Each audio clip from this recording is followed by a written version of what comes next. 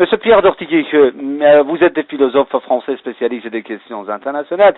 Merci beaucoup de vouloir vous exprimer sur l'antenne de la voix de la République islamique d'Iran, de la radio francophone iranienne. Monsieur Dortiguy, il y a quelques jours, le ministre saoudien des Affaires étrangères, Monsieur Saoud Al-Faisal, a eu en fait des critiques très virulente et sans précédent contre l'Iran. Il est allé jusqu'à parler de la présence de ce qu'il a appelé les forces d'occupation iraniennes en territoire syrien, également de l'ingérence de Téhéran ailleurs dans la région. Vous, spécialiste des questions internationales, comment expliquez-vous cette rhétorique anti-iranienne du ministre saoudien des Affaires étrangères, s'il vous plaît?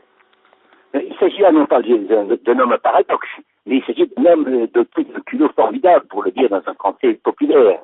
Parce que l'Arabie saoudite est toujours intervenue dans de façon ouverte, et aussi même de manière dissimulée, dans des assassinats, des choses comme ça, des complots en Syrie.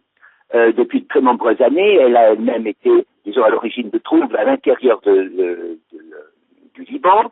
Elle a permis, vous savez, à une clique de pays du Golfe de former une sorte de police terroriste à Bahreïn, par exemple, pour être à l'encontre, pour aller contre la majorité de la population chiite de Bahreïn, qui autrefois, il faut le rappeler aussi, avant la guerre de 1940-41, était considérée comme une sorte, disons, de pays très proche de l'Iran.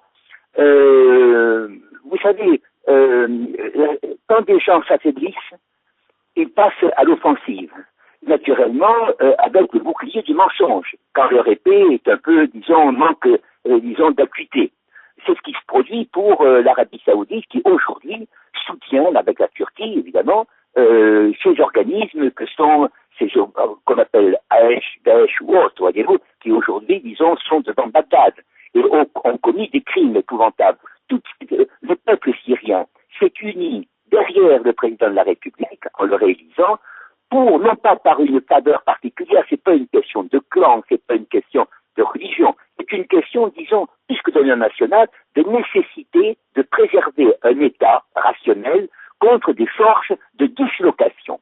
Et l'Arabie saoudite, je le dis d'ailleurs en historien, si je puis me permettre de prendre ce titre, depuis les accords du Quincy, je crois que ça a été en février 1945, a eu un accord de 60 ans avec les Américains qui sont engagés à soutenir la dynastie, moyennant, bien sûr, le service inconditionnel de l'Arabie saoudite envers, disons, l'impérialisme américain. Cet accord a été renouvelé par George Bush et aujourd'hui, en réalité, quand le ministre des Affaires étrangères parle en Arabie saoudite, il ne parle pas au nom d'intérêts arabes, encore au moins au nom d'intérêts islamiques, il parle au nom de ses maîtres, que sont justement ces impérialistes anglo-américains. Voilà, ce n'est pas de la politique, c'est en réalité un fait historique. Aujourd'hui, à cause justement de la puissance russe, à cause, disons, de détermination nationale syrienne, ces forces de dislocation sont sur la défensive. Elles ne sont en offensive qu'en Irak, où justement elles ont bénéficié d'un matériel considérable, d'une instruction considérable, d'aide de la part du Mossad, d'aide de la part des Israéliens qui finalement tirent et leur ont du feu cette affaire-là. Car plus il y a de disputes ou de discussions et de massacres à l'intérieur du monde musulman et chrétien, plus évidemment la sécurité d'Israël est assurée. Voilà exactement, disons, quel est le sens de cette opération anti-iranienne.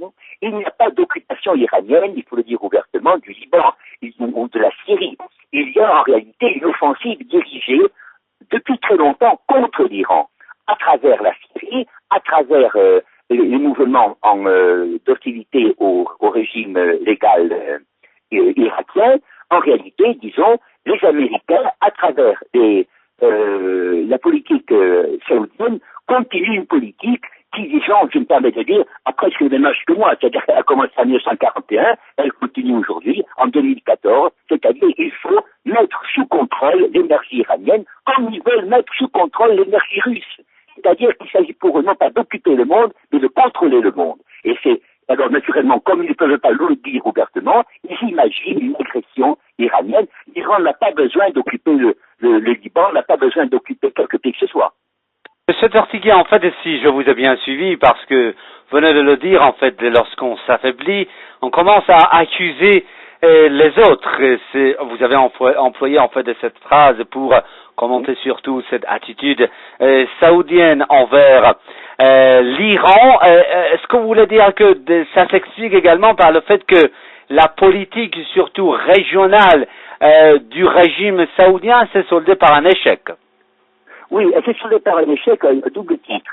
D'abord parce qu'elle a suscité la convoitise de rivaux, en particulier du Qatar, mais disons sur le plan géopolitique, géostratégique, elle a échoué sur le champ de bataille syrien.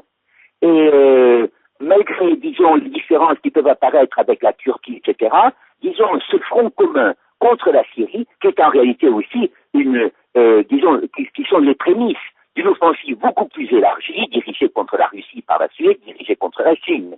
C'est-à-dire que ces gens-là ne défendent pas leur propre territoire, ils ne défendent pas leur peuple. Ce sont des mercenaires, c'est une légion étrangère, une foreign invasion, au service justement des Anglo-Américains qui les ont installés au pouvoir.